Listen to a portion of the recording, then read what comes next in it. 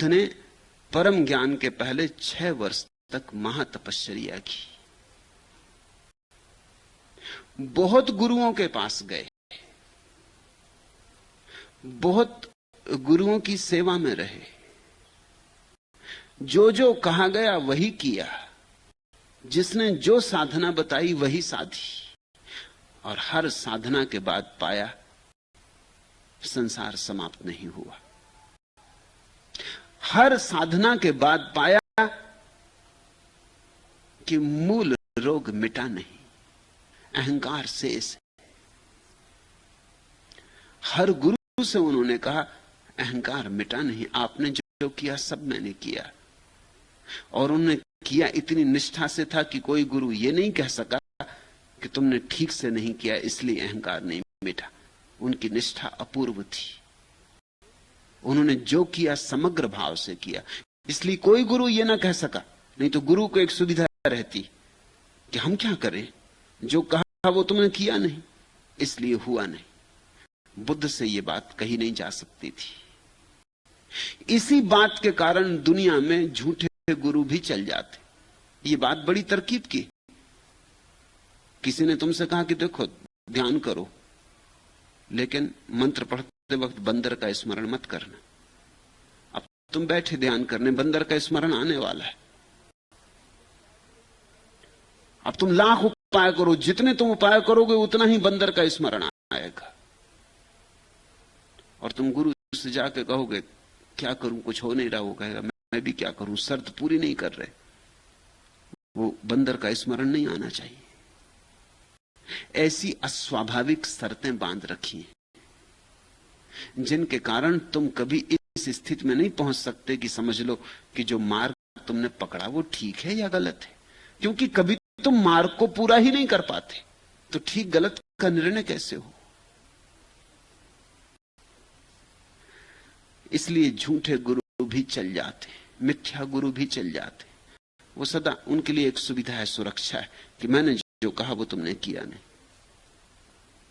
करवाने को वो इस तरह की बातें कहते हैं जो कि अमानवीय है, जो कि शायद की नहीं जा सकती, या जिन्हें करने के लिए कोई महासंकल्पवान व्यक्ति चाहिए। बुद्ध वैसे ही व्यक्ति थे, सब दांव पर लगाया था। ऐसे कुनकुने आदमी नहीं थे कि चलो मिल जाए ईश्वर तो ठीक है, जीवन जाए तो ठीक, मगर ईश्वर को मिलना, सत्य को मिलना, सब खो जाए उसके लिए राजी थे। जुआरी थे, छत्री थे, दांव पे लगाना जानते थे। कोई दुकानदार नहीं थे। कुछ ऐसा थोड़ा बहुत करने से, घंटी बजाने से, राम राम जपने से मिल जाएगा, ऐसी उनको आस्था भी नहीं थी। तो जिस गुरु ने जो कहा, बिल्कुल मूढ़तापूर्ण बातें कही, वो भी उन्होंने की। किसी ने कहा कि रोज रोज भोजन कम करते जाओ, रोज भोजन कम करते जाओ। जब एक चावल का दाना ही भोजन बचे तब ज्ञान होगा।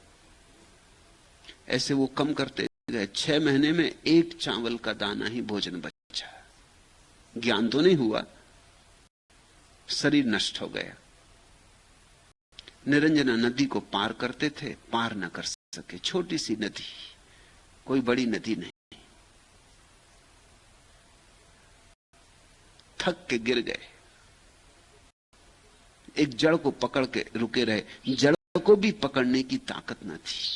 तब स्मरण आया कि ये मैं क्या कर रहा हूं।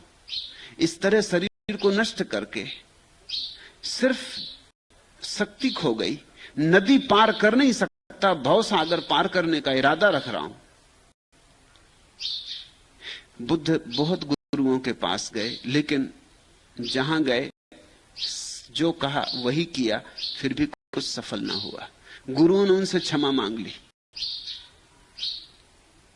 उनकी इस घटना को पढ़ के मुझे हमेशा खलील जिब्रान की कहानी याद आती। एक आदमी गांव गांव घूमता था, वो कहता था जिसको ईश्वर से मिलना हो मेरे साथ आओ, मुझे पता है, मैं ईश्वर तक पहुंचा दूंगा। कहां पहाड़ों में रहता है मुझे मालूम, मगर किसी को पहली तो बात ईश्वर से मिलना ही नहीं। लोग कहते कि जब मिलना होगा जरूर आपके पास आएंगे। लोग उनको दान भी देते, उनकी पूजा भी करते, उनको भोजन भी करवाते, कहते महाराज अब आप जाओ। ईश्वर से किसको मिलना है? लोग कहते हैं अभी जिंदगी में और 1000 काम है, आखिर में जब मिलने की इच्छा आएगी जरूर आपके पास आएंगे। ऐसे धंधा चलता था, न कोई मिलना चाहता था, न कोई मिलने की झंझट आती थी। मगर एक गांव में एक आदमी झंझटी मिल गया। उसने कहा, अच्छा गुरुदेव हम चलते हैं, चलो। गुरु ने सोचा कि कुछ भटकाएंगे जंगलों में, कुछ दिन अपने आप थक जाएगा, मगर वो भी एक था, वो महागुरु था, वो थके ही नहीं। वो तो रोज सुबह उठ के कि गुरुदेव कितनी देर और लगेगी, अब कहां तक और चलना है। उसने गुरु को थका मारा, 6 साल पहाड़ों में घूमते रहे, गुरु को मार ही डाला उसने। गुरु को भी पता हो तो कहीं पहुंचा दे, पहुंचाया कहां, चक्कर काटते रहे पहाड़ों में कि भाई अब आता अब आता। एक दिन गुरु ने कहा तो हद होगी, मेरी जिंदगी खराब कर देगा, अपनी तो कर ही रहा है, ये मेरी भी जिंदगी खराब कर देगा। उसने उसके हाथ जोड़े और कहा, महाराज मुझे रास्ता पता था, मगर जब से तुम्हारा सत्संग हुआ सब भूल गए। अब ये परमात्मा का मुझे भी मिलना नहीं हो रहा है, अब तुम मुझे बख्शो। मेरे सत्संग में तुम तो नहीं पहुंच सकते, तुम्हारे सत्संग में मैं भटक गया, अब आप क्षमा करो, अब आप किसी और गुरु का पीछा पकड़ो। ऐसे ही बुद्ध थे, जिसने जो कहा पूरा किया। हर गुरु ने कहा कि अब आप और कहीं जाएं, किसी और को, क्योंकि इनको देख के दूसरे शिष्य भागने लगे ना कि भाई इतना मेहनत करके जब इस आदमी को नहीं मिला तो हम तो इतनी मेहनत कर भी नहीं सकते, हमको तो कैसे मिलने वाला है। अंततः बुद्ध ने सारे गुरु छोड़ दिए, अंततः बुद्ध ने सारे पथ और सारे मार्ग छोड़ दिए, सारी विधियां छोड़ दी। जब उन्होंने सब छोड़ दिया तब मिला। अपूर्व घटना घटी। एक रात उन्होंने निर्णय ही कर लिया कि अब मुझे खोजना ही नहीं। खोज की वासना भी छोड़ दी, सत्य को पाने की वासना भी तो वासना ही है, वो भी छूट गई। उस रात सो गए वृक्ष के तले, कोई चिंता नहीं, कहीं जाना नहीं, कुछ पाना नहीं, न धन न ध्यान, न पद न परमात्मा, कुछ पाना ही नहीं। चित्त एकदम विलुप्त हो गया, क्योंकि चित्त जीता है पाने की आकांक्षा से। चित्त का प्राण ही पाने में, कुछ पालूं, कुछ मिल जाए, महत्वाकांक्षा चित्त की आत्मा है। उस क्षण कोई महत्वाकांक्षा न थी। उस सुबह जब बुद्ध की आंखें खुली, आखिरी तारा डूबता था रात का, और उसके डूबते डूबते ही उनका भीतर का तारा उग आया, हो गया। मगर ये स्वयं से हुआ। ये जो पंचवर्गीय भिक्षु हैं, ये 5 भिक्षु बुद्ध के शिष्य थे। जब बुद्ध एक एक चावल भोजन करते थे तब ये 5 भिक्षु उनके शिष्य थे। वो बुद्ध को बड़ा गुरु मानते थे, क्योंकि इतना महातपस्वी, हड्डियां मात्र रह गई थी शरीर में, चमड़ी सूख गई थी, सुंदर देह एकदम काली पड़ गई थी, अस्थि पंजर रह गए थे। तब वो 5 भिक्षु उनको गुरु मानते थे। हालांकि उनको कुछ मिला नहीं था, मगर उनका त्याग उनको प्रभावित करता था। दुनिया में बड़े अजीब लोग हैं, उनको कौन सी चीज प्रभावित करती, ये भी बड़ी सोचने जैसी बात। ये आदमी मरा जा रहा है, ये आत्महत्या में संलग्न है, और वो प्रभावित हो रहे हैं। दुनिया में बड़े दुष्ट लोग हैं। तुम ख्याल रखना, जब तुम उपवास करो और कोई तुम्हारी आके प्रशंसा करे, समझ लेना कि ये आदमी क्या चाहता है, ये तुम्हें भूखा मरवाना चाहता है। तुम सिर के बल खड़े हो जाओ और ये आदमी क्या, वाह आप बड़े महातपस्वी, इससे सावधान रहना, ये तुम्हारी जिंदगी खराब कर देगा। ये चाहता है तुम सिर के बल खड़े रहो। दुनिया में लोग दूसरों को दुखी देख के मजा लेते हैं, इसलिए मुनियों, साधुओं, तपस्वियों के पास दुष्ट प्रकृति के लोग इकट्ठे हो जाते। वो कहते महाराज गजब कर रहे, कांटों पे लेटे, भीड़ लगा लेते, धूप में खड़े हैं, भयंकर गर्मी पड़ रही है, और गुरुदेव आप धुनी रमाए बैठे, आग जला के ताप रहे। गजब। ये जो लोग हैं, इनको मनोविज्ञान में एक खास शब्द है, वो कहते हैं मैसोचिस्ट। ये पर दुखवादी है, ये दूसरा सता रहा है अपने को, इसमें इनको मजा आता है। ये वैसे ही लोग हैं जैसे कोई आदमी अपने शरीर में घाव कर ले और छुरी से घाव को कुरेदता रहे और ये कहें वाह आप बड़ी महासाधना कर रहे हैं, आपका जुलूस निकालेंगे, शोभा यात्रा निकालेंगे। पर्युषण में आपने 10 दिन व्रत किए, उपवास किए, शोभा यात्रा निकालेंगे। भूखे रहे आप महीने भर, बड़ा उपवास किया, आप महातपस्वी। तुम दुख दो अपने को और दूसरे लोग तुम्हें आदर देते, जरूर इसमें कुछ राज है।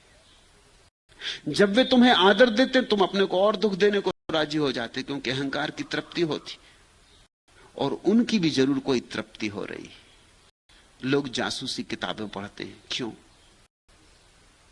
लोग जाके हत्याओं की फिल्म देखते हैं, डकैतियों की फिल्म देखते हैं, क्यों? तुमने कभी पूछा?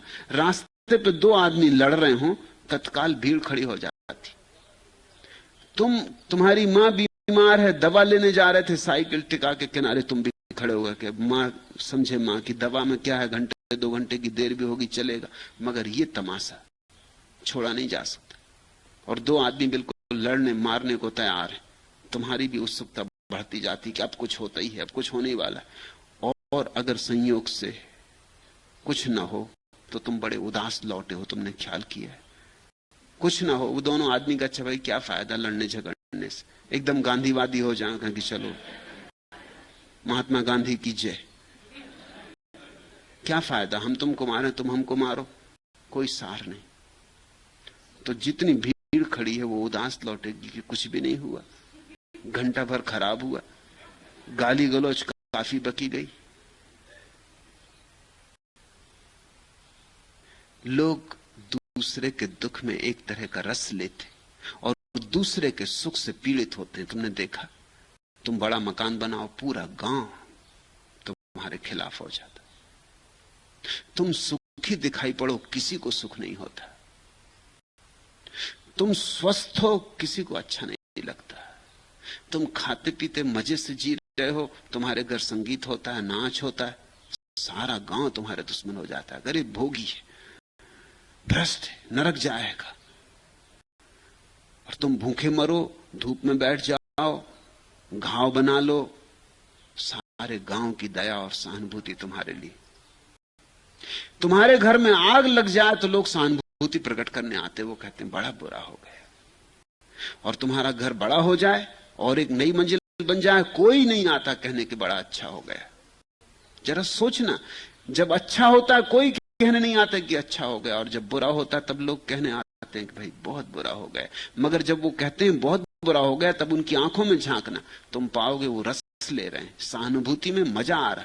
तुम आज नीची हालत में हो, आज तुम पर दया करने का मौका मिला, ये मौका कभी मिला नहीं था। तुम कभी बुरी हालत में थे नहीं, आज तुम चारों खाने चित्त पड़े हो।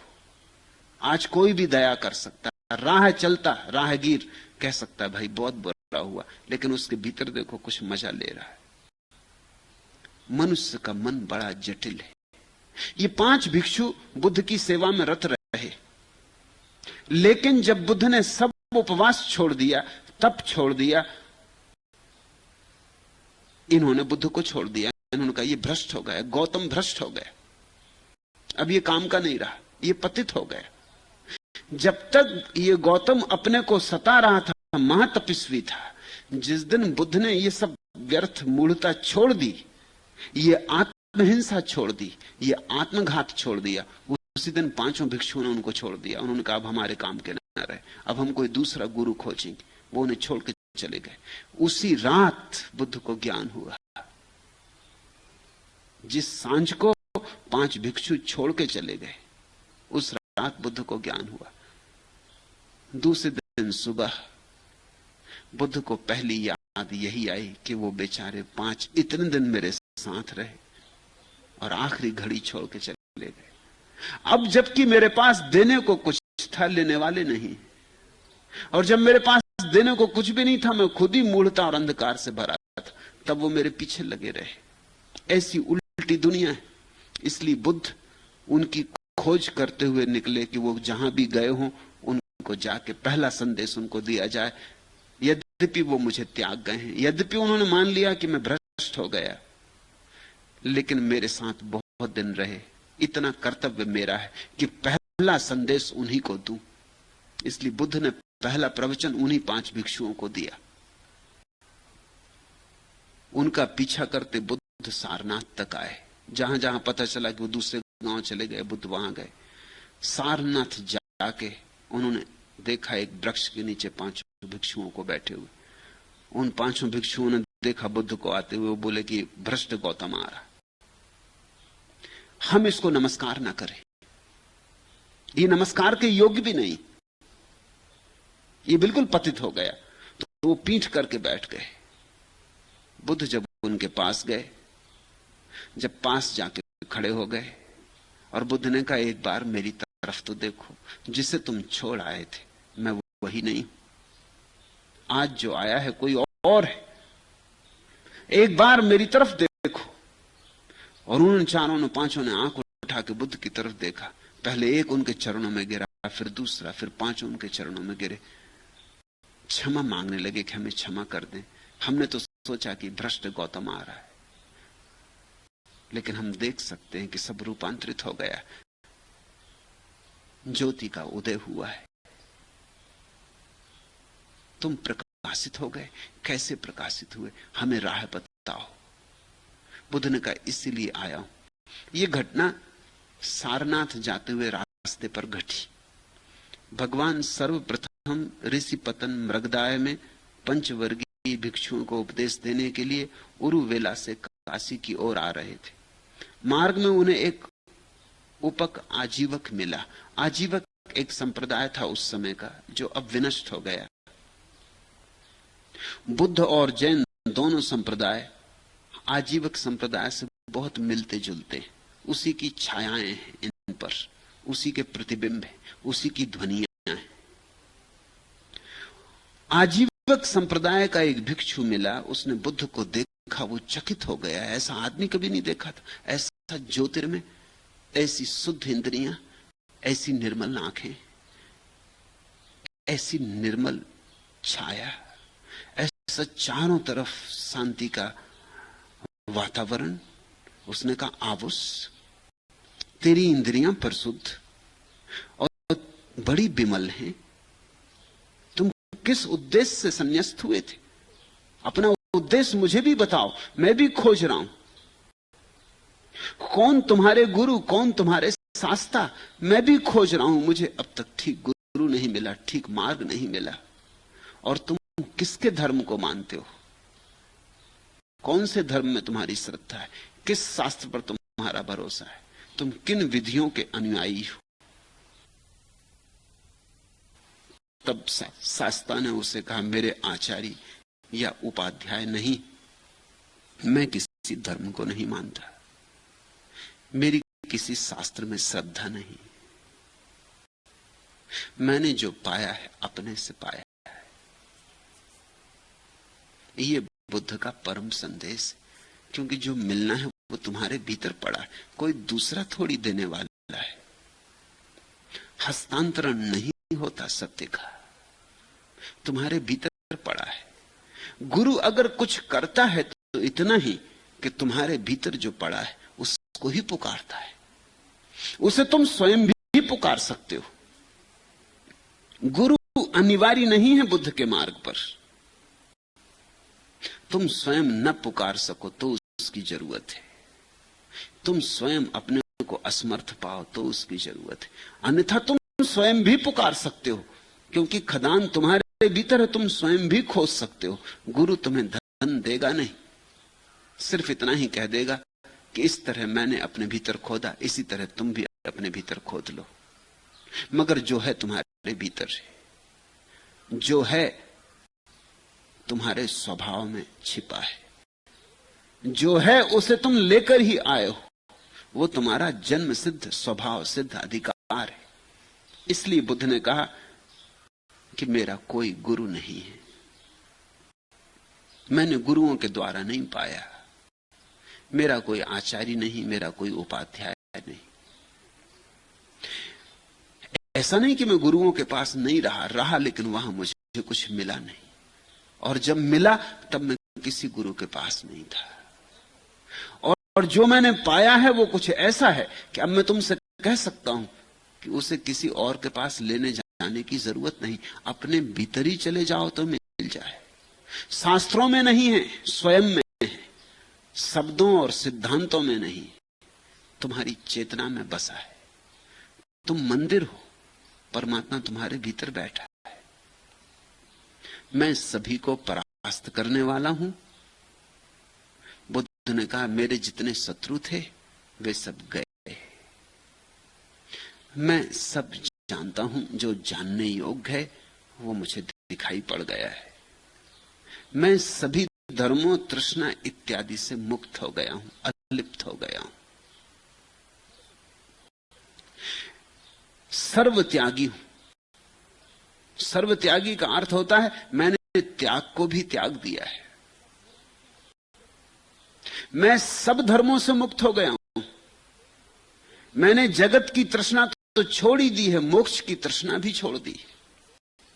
मेरा कोई उद्देश्य ही नहीं है, मैं अब बिल्कुल निरुद्देश्य हूं। जैसे फूल खिलता निरुद्देश्य, जैसे सुबह सूरज निकलता निरुद्देश्य, ऐसा मैं निरुद्देश्य हूं। मेरा कोई लक्ष्य नहीं, सब लक्ष्य गए, सब उद्देश्य गए, सब भविष्य गया। मेरी कोई वासना नहीं, मोक्ष की भी नहीं। मैं तृष्णा के नाश से मुक्त हूं। ये बड़ा अजीब वचन। बुद्ध ये नहीं कहते कि मैं तृष्णा से मुक्त हूं। बुद्ध कहते हैं मैं तृष्णा से तो मुक्त हूं ही, मैं तृष्णा के नाश से भी मुक्त हूं। तृष्णा तो गई ही, अतृष्णा भी गई। नहीं तो उल्टा हो जाता है। संसार पकड़े थे पहले, फिर संसार तो छोड़ दिया, फिर संन्यास पकड़ लिया, मगर पकड़ कायम रही। धन पकड़े थे पहले, धन तो छोड़ दिया, अब निर्धनता पकड़ ली, मगर पकड़ जारी रही। बुद्ध कहते हैं परम त्याग तो तब है जब त्याग भी छूट जाए। परम संन्यास तो तब है जब संसार तो छूटे ही छूटे, संन्यास से भी मुक्ति हो जाए। नहीं तो वो भी पकड़ बन जाए तो कुछ फायदा ना हुआ। मुट्ठी पूरी खुल जानी चाहिए। मैं तृष्णा से मुक्त, तृष्णा के नाश से मुक्त हूं। मैं स्वयं ही विमल ज्ञान को जानकर जागा। मैं किसको गुरु कहूं?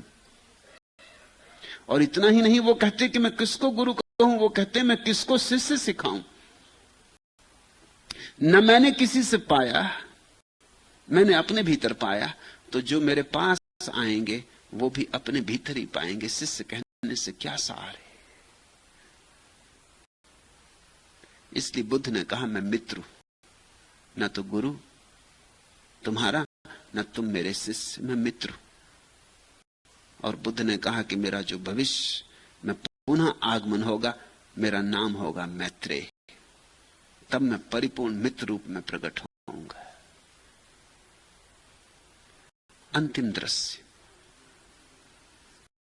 एक बार देवताओं में यह प्रश्न उठा कि दानों में कौन दान श्रेष्ठ है, रसों में कौन रस श्रेष्ठ है, रतियों में कौन रति श्रेष्ठ है, और तृष्णा क्षय को क्यों सर्वश्रेष्ठ कहा जाता है। कोई भी इन प्रश्नों का उत्तर न दे सका।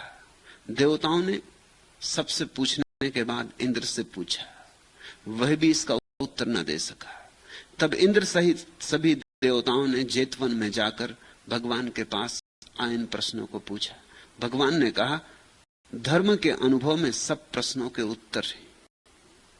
फिर प्रश्न बहुत नहीं है, एक ही है। सोचने मात्र से समाधान नहीं होगा, जागो, जागने में समाधान है। धर्म के अनुभव में समाधान है। सब व्याधियों के लिए एक ही औषधि है, धर्म। तब उन्होंने ये सूत्र कहा, सब्ब दानम धम्म दानम जिनाति सब्बम रसम धम्म रसो जिनाति सब्बम रति धम्म रति जिनाति तणक्यो सब दुखम जिनाति। धर्म का दान सब दानों में बढ़कर है। धर्म रस सब रसों में प्रबल है। धर्म में रति सब रतियों में बढ़कर है। और तृष्णा का विनाश सारे दुखों को जीत लेता है और धर्म की उपलब्धि उससे होती, इसलिए सर्वश्रेष्ठ है। पहले इस दृश्य को हृदयंगम कर लें। एक बार देवताओं में प्रश्न उठा। देवताओं के पास कुछ और काम है भी नहीं, व्यर्थ की बकवास। देवता करेंगे भी क्या? काम तो वहां कुछ बचता नहीं, काम तो समाप्त हो गया।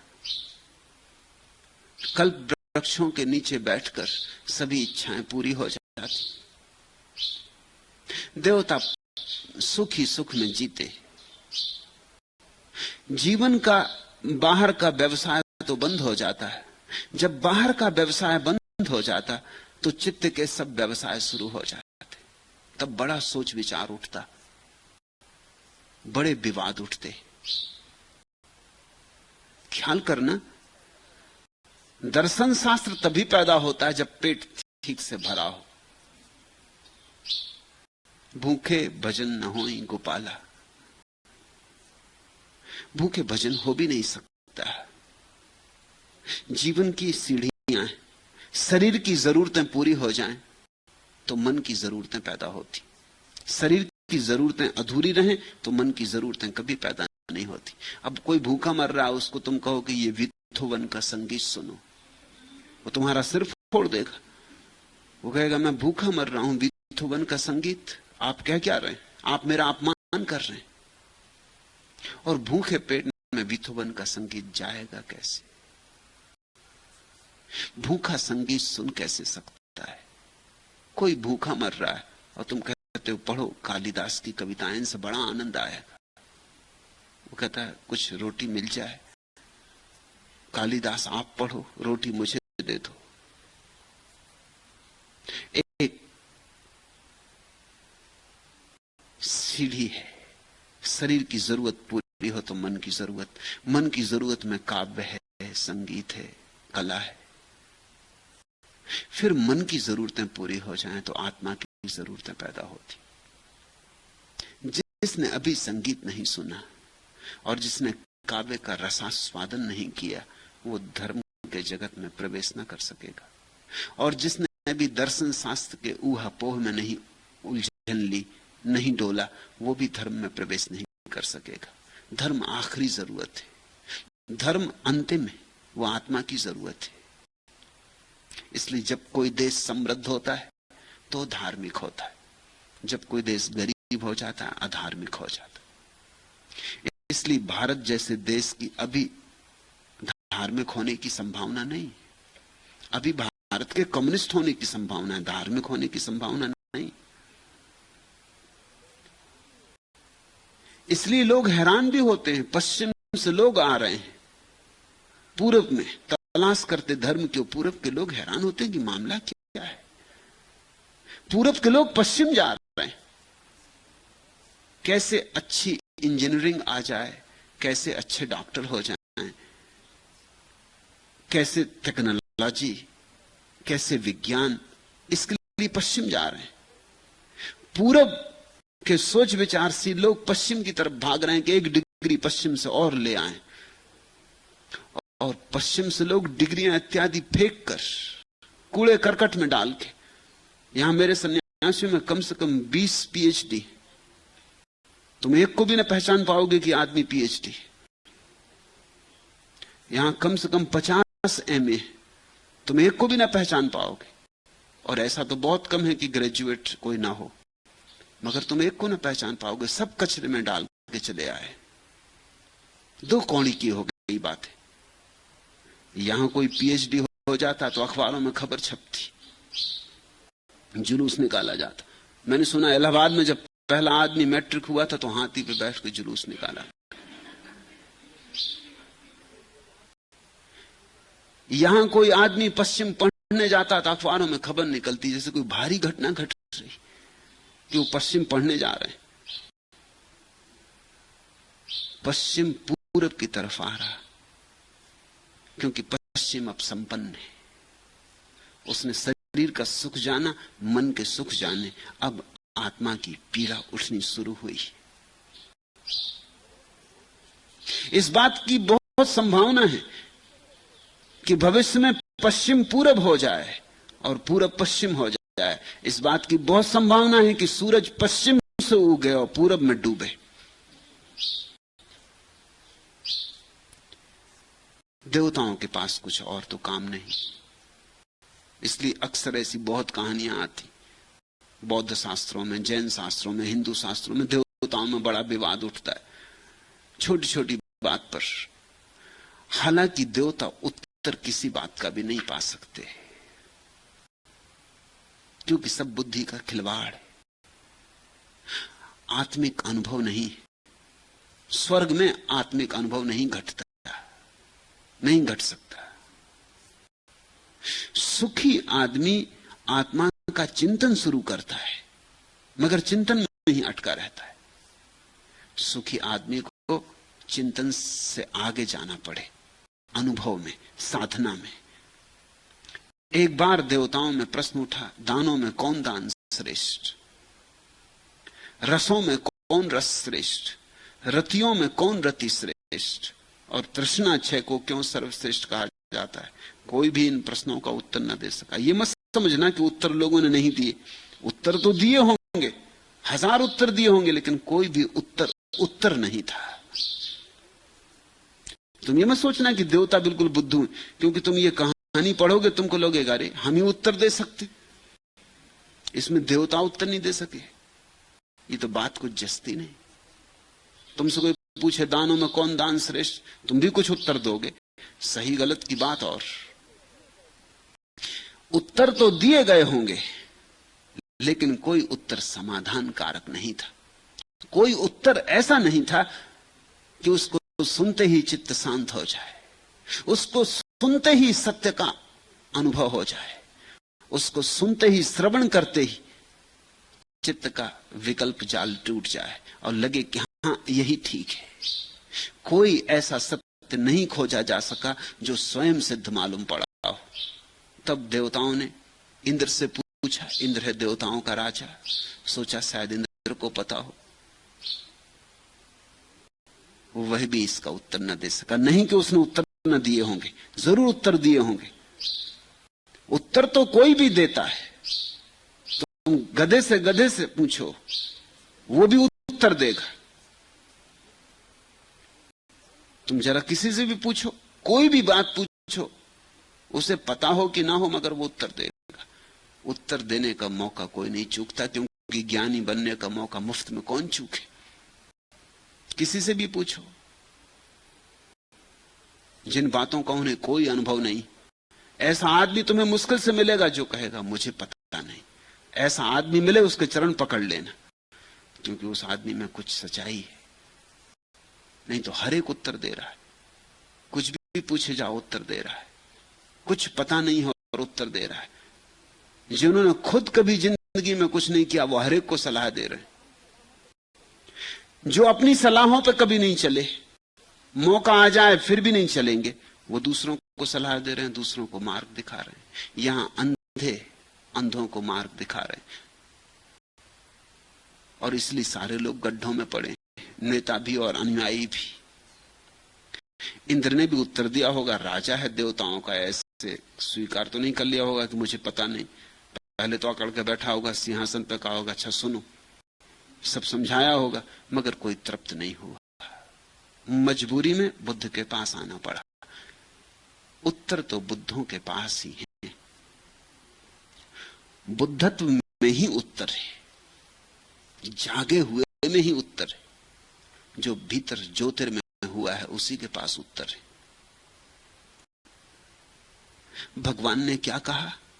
भगवान ने कहा धर्म के अनुभव में सब प्रश्नों के उत्तर है।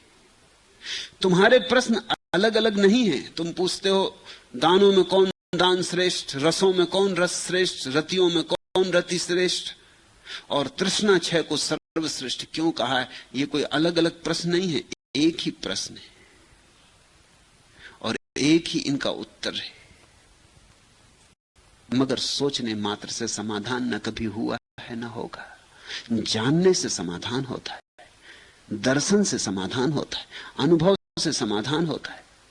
सब व्याधियों की एक ही औषधि है। बुद्ध ने कहा, जागो, मेरे जैसे हो जाओ, जैसे मैं जागा ऐसे तुम जागो। जागते ही सारे प्रश्नों का उत्तर मिल जाएगा। और क्या उत्तर है इन प्रश्नों के?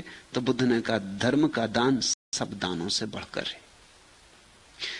धन देने से क्या होगा? धन से तुम्हें ही कुछ नहीं मिला तो दूसरे को देने से क्या होगा?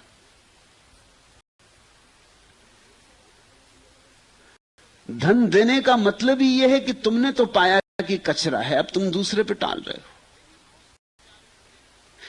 धर्म के दान से, धर्मदान क्या? पहले तो धर्म को पाओगे तभी तो दान कर सकोगे ना। जो तुम्हारे पास नहीं उसका दान कैसे करोगे? धन हो तो धन का दान कर सकते हो, धर्म हो तो धर्म का दान कर सकते हो। धर्म भीतर का धन है, धर्म आत्मधन है। पहले धर्म को पालो, फिर उसे बांटो, फिर जो भी धर्म के लिए प्यासा दिखे उसमें उंडेल दो। तुम जागो और दूसरों को जगाओ। धर्म का दान सब दानों में श्रेष्ठ और धर्म रस सब रसों में प्रबल है। संगीत में थोड़ा सा रस है, क्यों? क्योंकि संगीत में भी थोड़ी सी तन्मयता हो जाती। संभोग में भी थोड़ा रस है, क्योंकि संभोग में भी क्षण भर को तन्मयता हो जाती। मगर धर्म रस में सदा को तन्मयता हो जाती। गए सो गए, फिर कोई लौटता नहीं। डूबे सो डूबे, एक रस हो जाते हो परमात्मा में। संभोग में जिससे तुम्हारा प्रेम है, क्षण भर को एक रस होते हो, फिर अलग हो गए और फिर अलग होने की पीड़ा और भयंकर हो जाती। संगीत थोड़ी देर को कानों को मीठा लगता है, फिर संगीत चला गया, फिर शोरगुल है जगत का। शराब पी ली, थोड़ी देर को तन्मय हो गए, फिर नशा उखड़ेगा। धर्म ऐसा नशा है जो एक दफे हुआ तो फिर उखड़ता नहीं, पिया सो पिया।